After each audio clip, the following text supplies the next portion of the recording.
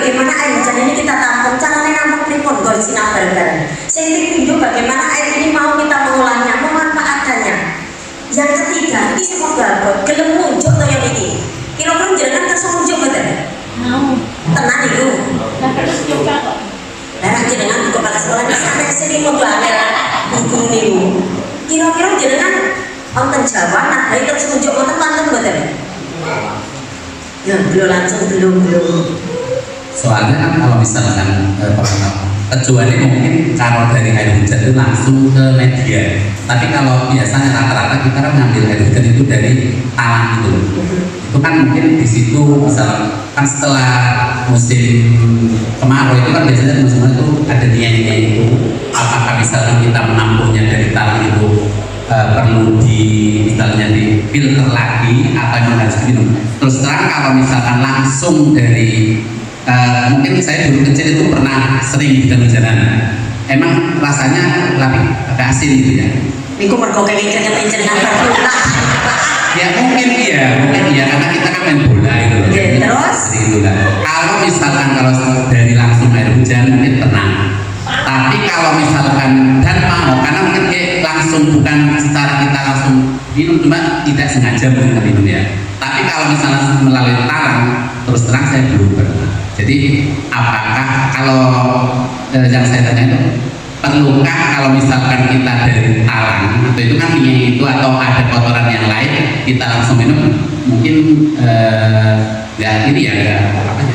Niki lah pentingnya awan niki sinau bareng. Bagaimana tugas kita yang makhluk yang dibeli akal pikiran oleh Allah ini berpikir untuk menjaga higienisnya air hujan itu sampai ke kita ngoten Pak. Sinau saran-saran. Nah konsep keempat apa? Kita harapannya air itu setelah kita tampung untuk memenuhi kebutuhan kita juga disetting atau ditabung. Bagian itu tanggung jawab nek awake dhewe niku ning tamu niku lho Pak.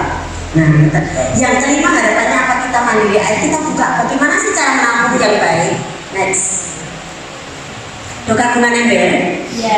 Nomornya pulau kelas matang tau kan? Oh pulau itu kan beneran duwe buahnya. Kamu kira jawaban kan toh? Nggih. Corong niku larang apa murah? Murah. Tak kok sik engko nek misale upamane kira kula larang ya upamane do kabotan menurut kula tembungke buku kepala sekolah yang dipundhuti corong aja. Lho lha lho nek niku langsung wonten sing tengah aksen. Yang ketiga, gayung niki angel larang murah. Kayu putih niki kira-kira larang apa murah? Nek kira-kira saya kudung sing putih. Kenapa kita memilih warna yang putih? Ini pembelajaran buat kita juga. Bener ora sing kandhane wong, jarene wong banyu-banyu ki reget. Kuwi bener ora mboktekke aja ming jarene. Guru kok apa jarene iki terus murid kok jarene. Iki jebus ya nang nek guru pancen ngono. Nah kalau ada nanti lebih optimal pakai dantron. Nek rawa yo kae dilipat double ndak apa-apa. Oh, dak. Ojo nanti terus karena wah niku akan duwe lele ra sida namu rasane niku Bu. Saya itu kadang gitu Bu. Napa kok kita permudah agar orang itu mau melakukan bahwa ini hal yang mudah. Kira-kira kendali mboten to wis kesem mboten? Kalau kagungan ora. Sehingga mboten mboten. Berarti ra alasan nek ana udan rampung. Pak Kiai waktu itu pulau langsung pakai ilmu yakin. Nah, yang dibutuhkan hanya ini yuk kita buka. Ini SOP ini, standar prosedur yang sederhana, yang penampungan manual. Karena nanti akan saya sampaikan penampungan yang otomatis yang besok harapannya dipasang di sekolah ini. Nah, pasca kemarau panjang, nih jenengan kan ngerti soal kami aku. Ya, sekalipun langsung Pak, jenengan saking ora talang, ora atap langsung saka udara harus dilewatkan juga. Buktinya nopo tenriki kualitas udaranya juga nggak begitu baik. Indikatornya nopo ketok keluar air capung Pak, air pinjem. Artinya kualitas udara itu sudah ada. Lebih mantuk-mantuk toh. Nanti sinau iki saka kewan mawon terus kok tanduran. Wis mumetke niku. Terus ketika sudah yakin ini siapkan badan tadi sudah, setelah dirasa atap ini bersih. Wow, bersih ya, wis ora melebune, kira-kira gede ya wis dolane. Ketika ada hujan berikutnya tetap dilewatkan. Nek di daerah ini cukup 10 menit 15 menit penting hujan pertama dilewatkan mbok menawa. Presa basa mbok menawa. Siapa tahu ketika jeda tidak hujan seperti ini, tikus yo melu rumokke kula ya iso iki. Wong kula iki berteman karo tikus. Kemudian meneh wonten dorone tangga liwat sing saking nika bisa. Nah ini untuk melarutkan, jadi lewatkan 10 menit, 15 menit hujan pertama. Setelah itu baru ditampung. Nembe tadai ember. Nah nek bar ditadai setelah ditampung apa endapkan dulu sebentar. Bar itu disaring, dipentelengi bener banyu dan lengket. Ini penting Pak. Karena rata-rata jualnya banyu dari lengket jarene itu, kok jarene kita buktikan. Karena salah satu yang latar belakangnya kenapa saya kemudian getol dan konsep di air hujan ini. Air hujan itu kata Allah ma'anzala minas sama atau buruk. Tapi kok yang nalari wong itu banyu dan lengket marah keloro isi bener sendiri. Ternyata Masya Allah, ketika kita melakukan itu, kebenaran itu mutlak akan kita tahu di situ. Nah, saat ini caranya penyimpanan yang baik. Tadi sudah ditandai di ember. Siapkan galon, siapkan trigen, siapkan toples yang tertutup, kemudian disaring di situ. Konsep penyimpanan yang perlu diperhatikan adalah 2 hal. Ditutup dengan rapat. Jadi mungkin aku pada galon ini ditutup aja tinggal regane nopo, mungkin ono yang plek banyak jentik dengan geger modal dengan itu. Padahal kadang-kadang kita kalah dengan nyamuk. Nyamuk itu kalau airnya tidak bersih dia tidak akan berjentik. Yang kedua, kenapa harus tertutup rapat? Biar tidak terkontaminasi polutan-polutan yang lain, lebu dan sebagainya. Nah, konsep penyimpanan yang kedua, tempatkan di tempat yang teduh, tidak kena sinar matahari langsung. Kenapa? 1, kalau air ini punya potensi spora lumut kena sinar matahari langsung, maka airnya akan melumutkan. Sekalipun lumut itu juga bukan indikator air kotor. Kalau pendaki sama tentara di hutan-hutan itu saya dipadosi lumut terus diunjuk Pak. Ini jenengan orang bani lumutan geger dong. Soal model ibu-ibu muda ibu ada gini suruh. Padahal yang pentingnya tadi wow nih aja, maklum dong. Terus selanjutnya apa? Kenapa harus dihindarkan dari sinar matahari langsung? Kalau wadahnya plastik-plastik seperti ini Pak, terkena sinar matahari secara langsung terus menerus, maka mikroplastiknya akan terlarut di dalam air. Ketika terlarut menurunkan kadar kualitas airnya. Nah, sekarang pertanyaannya, apakah air yang ditampung seperti ini sudah siap minum? Kita ngomongnya by data saja, mungkin nggak nyeli loh. Nggak apa-apa kok kayak itu, malah saya yakin kok dengan terus praktek di sana, no yakin kok. Next lanjut.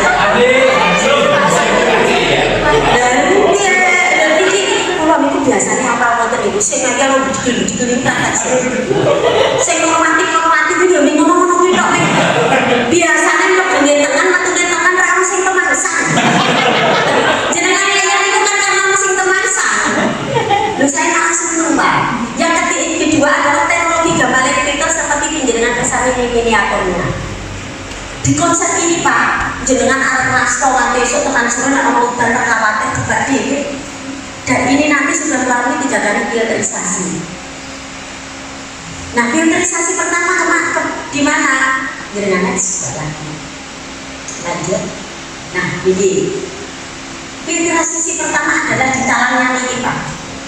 Niki kita pakai ayaan pasir, jadi filterisasinya tidak ditambah macam-macam. Ini ayaan pasir ini maksudnya nopo tikus, cicak dan kawan-kawan beneran masuk. Nah, ini khawatir jenengan itu. Jenengan ini tikus cicak khawatir nih, yosi ini bernomor ganteng-ganteng. Terus kemudian yang kedua, pemfilterannya ada di hujan pertama. Ini pemfilteran pertama. Yang kedua, hujan pertama tidak masuk di tampungan akhir. Ada pipa tersendiri. Nah, pipa ini kita biasanya menggunakan mandim. Kenapa? Biar optimal. Hujan pertama akan lari di pipa mandim ini dulu. Di sini Pak. Oh sorry hujan. Wes yo.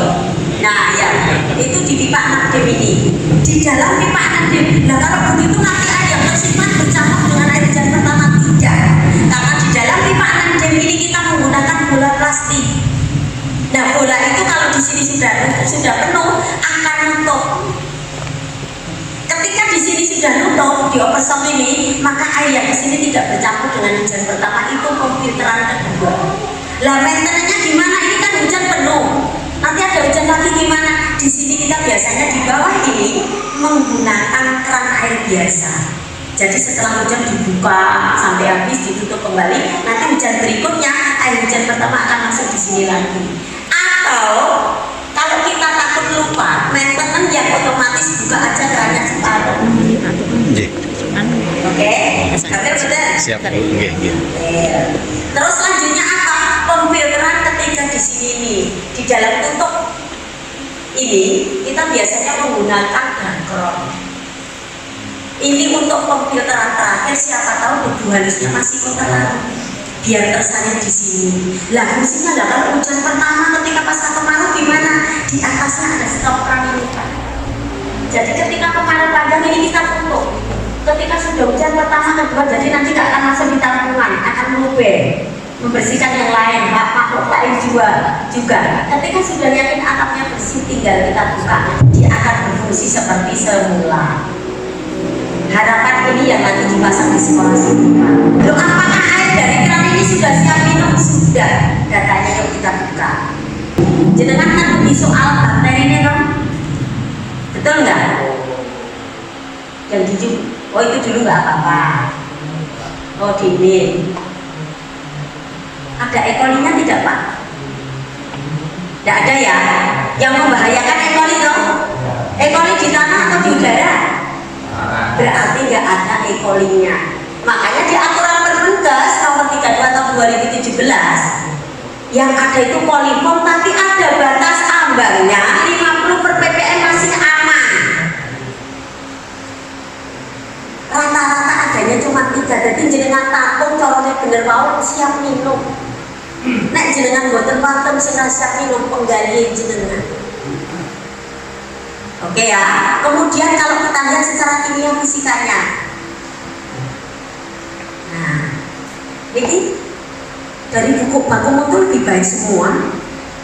Apa yang membuat kita ragu kalau kita mau bukti secara sains? Nggak ada alasan. Jadi kata Allah wa ma'anzala minas sama atau itu benar.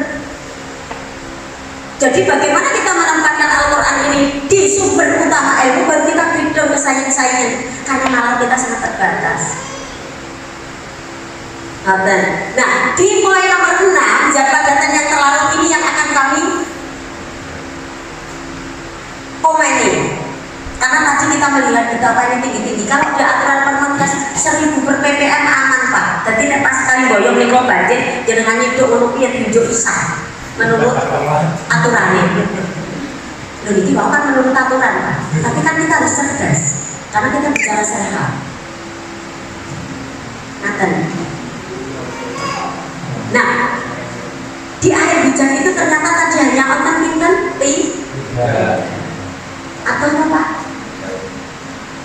Makanya pulau Mato, pengen cerdas jadi wow. Di konsep mengolah, menampung dengan cara yang tepat sudah bagian dari konsep mengolah karena dia sudah aman untuk kita minum. Kalau menjenengan ragu, digodok ya apa-apa, direbus nggak apa-apa. Tapi usahakan yang untuk merebus selain aluminium, karena aluminium itu terlarut, atau dibalik dispenser bisa, pakai sinar UV bisa. Kami akan memperkenalkan teknologi tepat guna yang namanya elektrolisa air. Tolong di zoom yang elektrolisanya. Nah, di konsep ini, jadi yang minum di tahap awal ini bisa fungsi. Jangan sampai nanti jadi bumerang. Yang kedua bisa langsung ngantuk, bisa diare, bisa keringat dingin, bisa demam, bukan karena air, tapi lebetannya jenengan konslet. Nanti daripada disalahkan gara-gara minum air hujan anak saya terus bilang gara-gara minum air hujan anak saya panas, itu karena dalamnya masalah, bukan airnya. Jadi kalau seperti itu tinggal lanjutkan saja terus, tidak apa-apa. Nah, 60-70% ini yang harus kita perhitungkan. Dan saya kadang-kadang kita menyepelekan minum air bening. Saya bilang air bening bukan air putih, air putih itu susu. Air bening ini kenapa sangat kita butuhkan? Karena 60-70% untuk proses metabolisme ini dibutuhkan air yang bening, bukan air yang bervarian. Karena air bervarian itu ibarat masuk kerja mau masuk jenengan sampai sekolah niki, tesnya siram, tesnya ngadi sariro, orang kerja. Jadi nanti akhirnya sisanya hanya tinggal sedikit yang untuk, nah inilah yang harus kita perhatikan. Dan sekarang ada tren pergeseran anak-anak muda kita, minumnya nggak hati-hati, nggak imbang antara 3 dadi. Maka yang terjadi apa? Untuk keseharian memenuhi 60-70% ini akan mengambil cadangan yang ada di tulang dan di otot. Ketika cadangan ini diambil terus-menerus dalam akumulasi panjang, yang terjadi apa? Mulai mengakumulasi. Pengeroposan ini karena tabungan itu mengalami defisit. Nah, sekarang fungsi air di dalam tubuh itu apa saja? Yang pertama adalah menjaga keseimbangan suhu tubuh. Jadi ketika tubuh kita ini kurang air, kita sebenarnya akan panas. Tadi beberapa salaman dengan saya itu kurang air. Tapi bukan air yang masuk ke dalam tubuh, air yang masuk ke sel. Yang kedua, fungsinya apa? Air ini akan membersihkan sel-sel dari segala endapan, dari segala toksin. Makanya nek dengkule niku rekoso ditepuk niku karena endapan di selnya banyak. Niku kita terjadi ISK, infeksi saluran kecil itu dalane kurang banyak glontor. Jantungnya niki wau sing kecaluran niki wau mergo kedhok diglontor. Konsepnya begitu, tapi soal mau dipilih yang mana mau, karena yang namanya impian banyak. Tapi air ini untuk bisa membuat kita sehat itu di anak pasti. Pembelajaran bagi anak-anak untuk pembiasaan. Karena akan merekam di memo anak-anak siswa di sini dengan kuat. Saya yakin banget itu. Karena belajar kita itu, masyarakat kita secara umum itu hanya APM, amati, modifikasi. Kalau lihat orang bakal ada yang uji lab pun tak paham. Mau saya itu kadang ditanya soal uji lab. Dan sampai ini udah kita akan melalui TRE. Ini uji lab mbak, katanya pernah tanya enggak? Buatan tahu. Nah, jadi ini ojo teman-teman lagi korban branding market itu. Yuk kita punya tugas untuk membranding air hujan ini, bagian dari kita, syiar kita tentang kemanusiaan di era-era kita didera oleh isu krisis air, oleh isu climate change ini salah satu caranya. Terima kasih, semoga ini menjadi sedikit sama-sama kita belajar dan ingkang pun sedaya lembah kok pilih kata atur ingkang wonten pranani penggali panjenengan sami. Assalamualaikum warahmatullahi wabarakatuh. Terima kasih Bunda. Sebelumnya Assalamualaikum warahmatullahi wabarakatuh. Alhamdulillahirrahmanirrahim. Pada siang sore hari ini kita sudah tambah ilmu tentang pemanfaatan air hujan yang insya Allah nanti di madrasah kita ini akan saya fungsikan air hujan ini untuk konsumsi semua warga madrasah ya, karena memang tadi sudah teruji dan diuji memang air hujan adalah yang paling nomor 1 ya. Tapi jangan khawatir Mas Bor, tetap tak beli ya, terutama kepada Bunda yang merasa saya bully Bunda Sri Wahyuning SAG yang merasa saya bully, saya mohon maaf yang setulus-tulusnya Bunda, bukan maksud saya mau bully, tapi memang kemarin mungkin miscommunication saya memang sedianya kemarin setelah adiwiyata saya sama Pak Udin memang berniat kita mau mempertemukan Bunda dengan seluruh warga madrasah, karena yang kemarin surat ke Bunda itu belum seluruhnya karena dibatasi sama Bu Rina, kita hanya berlima ya. Terus Bunda ini alhamdulillah semuanya bisa hadir. Tadi ada yang lorot ya, ada salah semoga nanti dengan tadi sudah melihat sendiri, membuktikan bagaimana Bunda presentasi tentang air hujan, kita menambah ilmu kita ya, menambah ilmu kita, dan kita harus terapkan juga di rumah kita masing-masing. Ternyata sangat sederhana. Nah, orang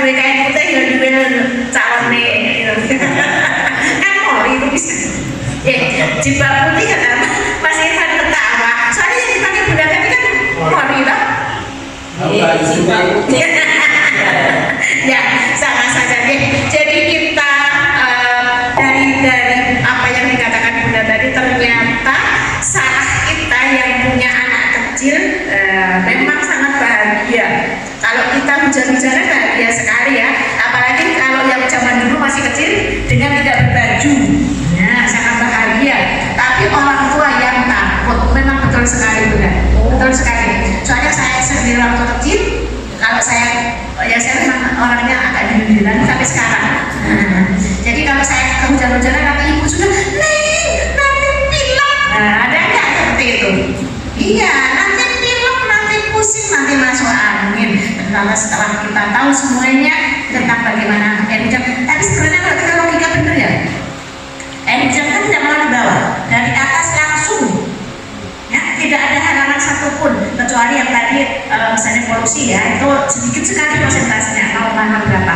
Nah itu kan langsung dong, di logika benar itu tidak ada halangan dan itu memang turun dari langit yang turun langsung dari Allah yang ngasih ke kita. Tapi kan kita ya itu kan yang terlalu pintar, jadi masih itu karena kita terlalu pintar tadi. Terima kasih Bunda, sekali lagi saya ucapkan terima kasih kepada Bunda, dan tadi tak panggil Tom tidak bisa langsung bertanya.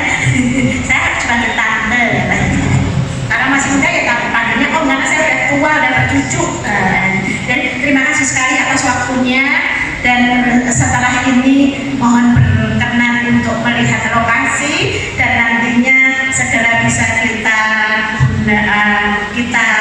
apa ya wujudkan tentang pemasangan penampungan hujan. Bunda dari mohon nanti ya sesempatnya Bunda, cuma ya agak cepat. Sesempatnya. Jadi inilah halusnya Bunda kalau bicara. Jadi secepatnya selesai. Memang semuanya saya kalau apa-apa cepat-cepat ya. Jadi mohon nanti dilihat yang perlu kita pasang dari mana, instalasinya bagaimana, karena kita memang benar-benar tidak tahu, masih awam, semuanya saya serahkan kepada Bunda. Nantinya mohon Bunda, dan kurang lebihnya mohon maaf, ada sikap-sikap tutur kata anak-anak saya tidak sopan atau kurang berkenan di hati Bunda, saya mohon maaf dari setulus-tulusnya, dan mohon maaf ini seadanya. Jadi kita seadanya kayak gini. Jadi kita memang semuanya begitu, dan kita mulai berbenah untuk insya Allah modalnya di tahun depan kita maju adiwiyata yang tingkat provinsi. Bismillah Bunda, semoga bisa. Dan pagi tadi pun saya juga presentasi di Korbir itu tentang kita memang orang-orang juga kalau melihat kita ya memang agak gimana gitu. Orang-orang itu menujunya uang ya memang semuanya istilahnya apa Pak Rudi? Jadi basuki mau beo. Ya itu tadi memang orang-orang sadar, dan tadi juga sampai tidak puas di Korbel beliaunya langsung ke sini. Jadi saya tadi sampai tidak ikut Jumatan karena ada tamu yang tadi saya setelah presentasi di Korbel beliaunya tidak puas. Ini bagaimana cara saya untuk mengelola semua warga ini kok bisa nurut, bisa manut. Ini saya tadi ya, saya terhadap kepala juga saya ya yang pertama penjelasan harus ikhlas dan diniati untuk ibadah. Kalau memang penjelasan kepolan banget dengan seorang guru yang ngeyel, di saat sujud terakhir doakan, tapi jangan doa jelek ya, doakan biar dia itu hatinya terbuka, dibuka oleh Allah. Jadi penjelasan sebut-sebut terus aja di sujud terakhir itu, insya Allah gurunya akan duduk. Tapi benar atau tak sebut, orang kita biasa sebenarnya. Nah, gitu, cara begitu. Itu pun terhadap anak saya juga begitu. Kalau terhadap murid sulit ya udah saya doain. Doanya apa Bunda? Aduh ini ya udah nanti PR aja. Karena di situ ada yang mohon lah, jangan jadi enak. Ya udah nanti penjaringan enggak tahu kan datang benar. Saya kalau ngomong kok selalu dibantah di belakang saya, di belakangnya mananya enggak langsung di depannya. Waduh. Kalau saya yang di depannya begitu kan tadi. Nah, ini aja dah. Masih mau izinnya benda. Sekali lagi saya mohon maaf, terima kasih Bunda telah menyempatkan diri untuk rawuh GMI Sinar Melati. Semoga nanti ke depan RI Darul Ulum Sinar Melati benar-benar menjadi sekolah adiwiyata. Nah, karena sudah namanya sudah adiwiyata, sudah komplit, tidak usah sebutkan konservasi ini nah kita adiwiyata. Perkataan Bunda ada barangkali yang mohon maaf, ada tutur saya yang mohon berkenan, saya mohon maaf yang khususnya. Kata dengan kita walidayah, wassalamualaikum warahmatullahi wabarakatuh.